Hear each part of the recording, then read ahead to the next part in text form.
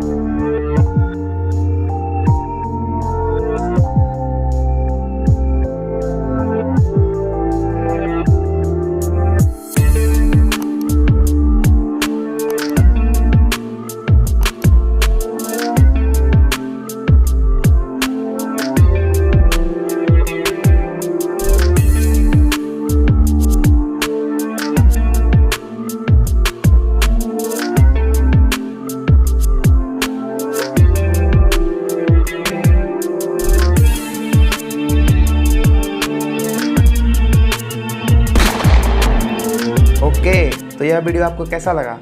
Video का कौन सा पार्ट आपको सबसे ज़्यादा अच्छा लगा या बुरा लगा? वीडियो में मुझे क्या और करना चाहिए या फिर क्या नहीं करना चाहिए था, या जो कुछ भी आपको जो कुछ भी कहना है कमेंट करके ज़रूर बताइए। अपने इस YouTube चैनल को सब्सक्राइब कीजिए और अगर वीडियो पसंद आए तो वीडियो को लाइक कीजिए और इस वीडियो को शेयर कीजिए और इसी तरह से मुझे सपोर्ट करते रहिए। मिलते हैं किसी दूसरी वीडियो में। वीडियो पूरा देखने के लिए थैंक यू सो मच।